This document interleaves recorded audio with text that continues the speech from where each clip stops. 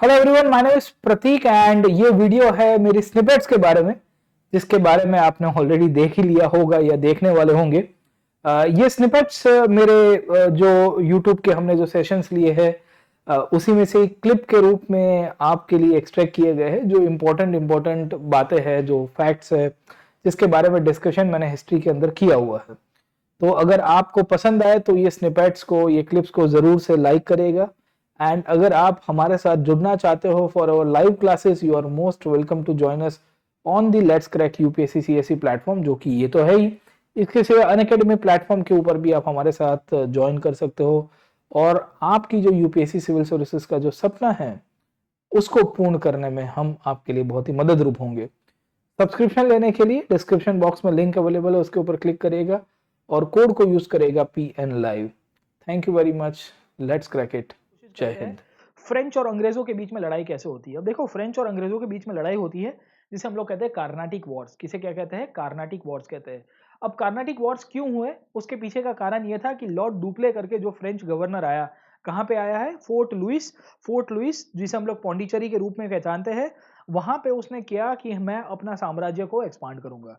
ये साम्राज्य को एक्सपांड करने के चक्कर में साउथ इंडिया के अंदर हम लोग को एक स्टेट मिलेगा जिसका नाम है Carnatic. Carnatic was a state that was established after the decline of the Mughals, और वहां के जो नवाब थे, वहां के जो सूबेदार थे, वो अपने आप को इंडिपेंडेंट कर देंगे। ठीक है, तो ये कंडीशन में आपकी कार्नाटिक वॉर्स की शुरुआत होती है। टोटल 3 लड़ाइयां होगी। पहली वॉर होगी 1746 से लेके 48 के बीच में। कोई कोई किताबों में 1744 से लेके 1748 भी दिया हुआ है। ये दोनों राइट है, चिंता मत करिएगा। दूसरा होगा 1759 से लेकर 1754 के बीच में, और तीसरा होगा 1758 से लेकर 1763 के बीच में। ये तीनों लड़ाइयों का आउटकम ये हुआ कि in the year 1760 when the battle of Wandiwash will take place, when the battle of Vandi Wash will take place. In this battle of Vandi Wash, we find the French were defeated. मैं लिख देता हूँ. The French were defeated at the hands of the East India Company. And finally we find the conclusion of the war will take place. ठीक है, अब ये लड़ाइयाँ क्यों हुई और लड़ाई में कौन कौन एक्टर्स हुआ करते थे, उन सब के ऊपर थोड़ा बहुत आपको एक ब्रीफ अंडरस्टैंडिंग दे देता हूँ। पहली लड़ाई की बात करते हैं, फर्स्ट कार्नाटिक वॉर की। ठीक है, तो फर्स्ट कार्नाटिक वॉर होती है 1746 से लेकर 1748 के बीच में, या 1744 से लेकर 1748 के बीच में। ये लड़ाई का होने का कारण क्या था? याद रखेगा कि ये लड़ाई का होने का कारण मूलभूत रूप से ऑस्ट्रिया था।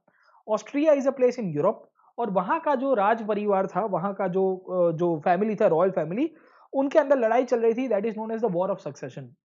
दो पार्टीज थी, दोनों क्लेम कर रहे थे कि मैं राजा बनूंगा।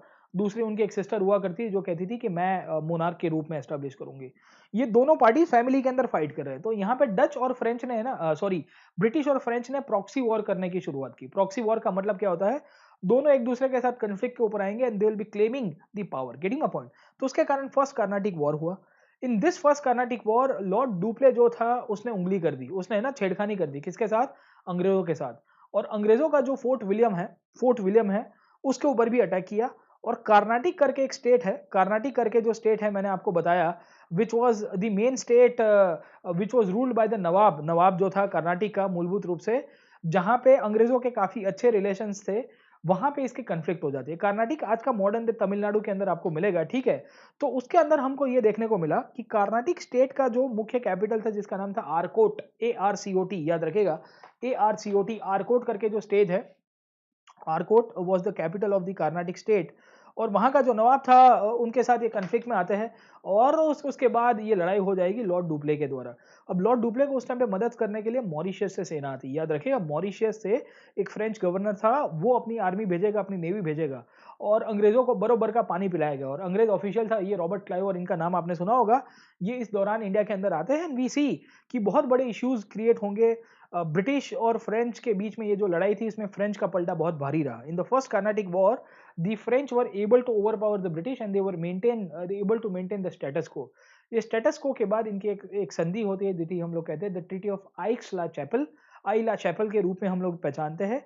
ये ट्रीटी का इंपॉर्टेंस ये था कि फ्रेंच ने पौंडीचेरी या मद्रास वाला जो रीजन है, जो कर्नाटक स्टेट का मुख्य मथक था, उसको विड्रॉ करने का इन्होंने कोशिश की और उन्होंने डिसाइड किया कि हम लोग यहाँ से तभी जाएंगे जब हमको कोई और टेरिटरी मिलेगी।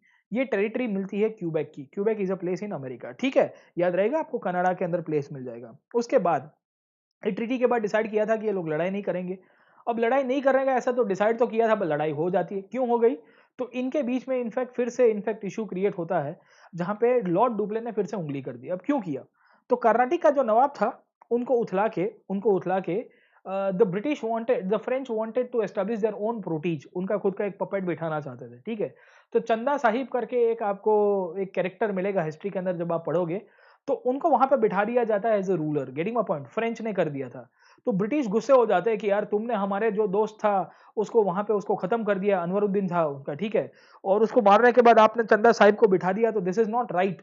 तो इस कंडीशन में ब्रिटिश और फ्रेंच के बीच में कंफ्लिक्ट हो गए। दूसरा कंफ्लिक्ट होता है आपका हैदराबाद स्टेट को लेके। Hyderabad used to be a Mughal subah once upon a time, और जब औरंगजेब का डिक्लाइन हुआ तो Hyderabad became a independent state. Hyderabad के अंदर आपको दो राजा मिलेंगे जो पावर को क्लेम कर रहे हैं, मुजफ्फर जंग और नासिर जंग, ठीक है। मुजफ्फर जंग और नासिर जंग दोनों क्लेम कर रहे थे, तो ये दोनों जब पावर को क्लेम कर रहे थे तो फ्रेंच ने मुजफ्फर जंग को इनफैक्ट पुश कर दिया कि आप राजा बन जाओ, आप राजा बन जाओ।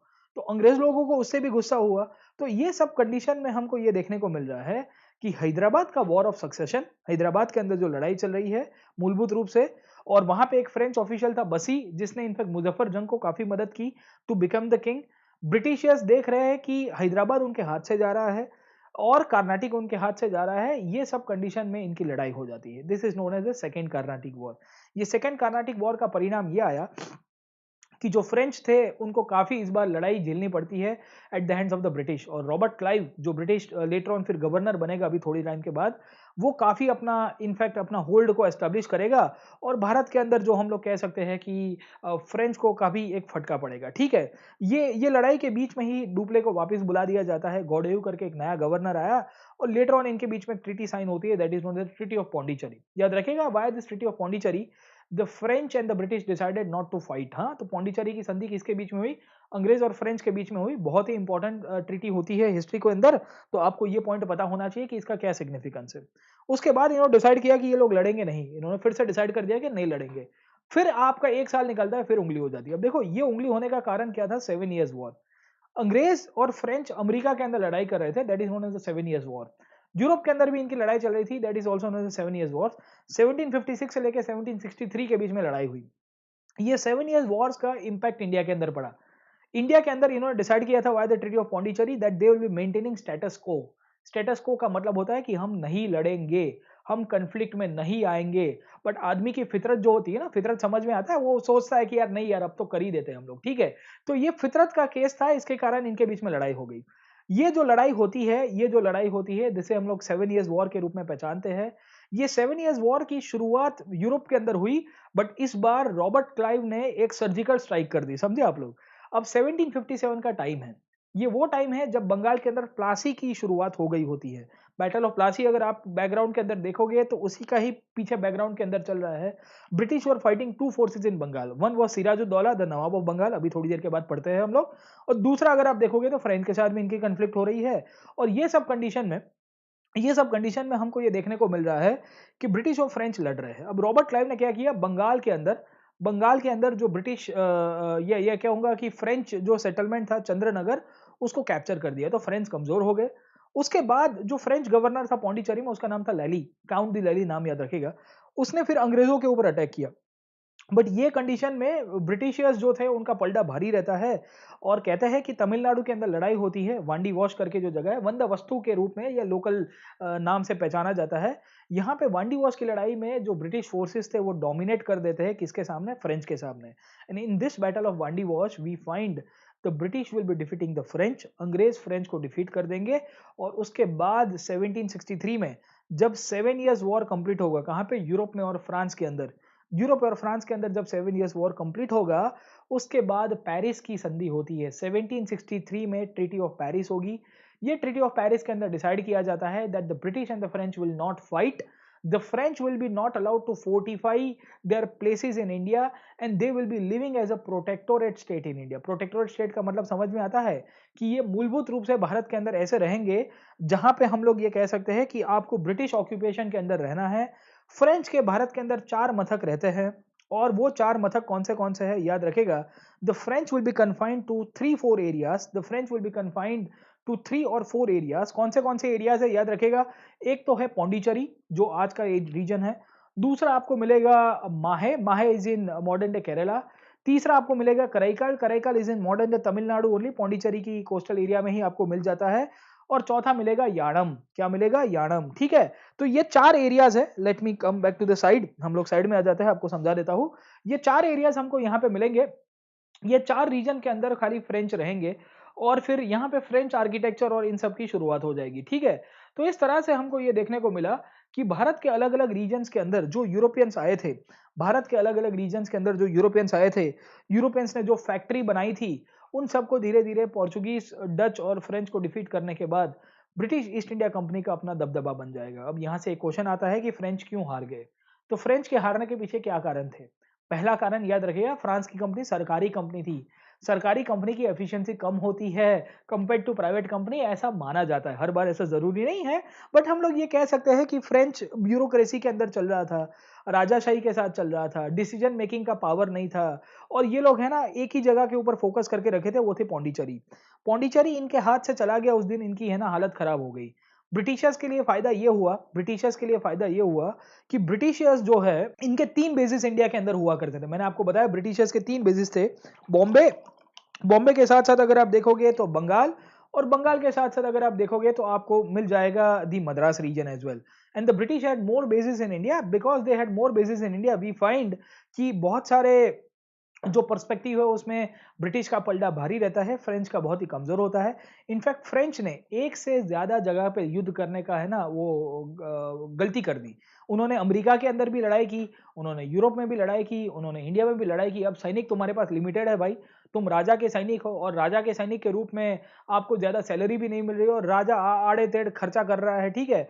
तो राजा बहुत कमज़ोर था उस टाइम पे, तो ये सब कंडीशंस में आपको देखने को मिलेगा कि फ्रेंच हार जाते हैं इंडिया के अंदर से और ब्रिटिशर्स ने ऑलरेडी प्लासी करके रखा था 1757 में, इंक्लूडिंग ब्रिटिशर्स ने बेदारा कर दिया था 1759 में।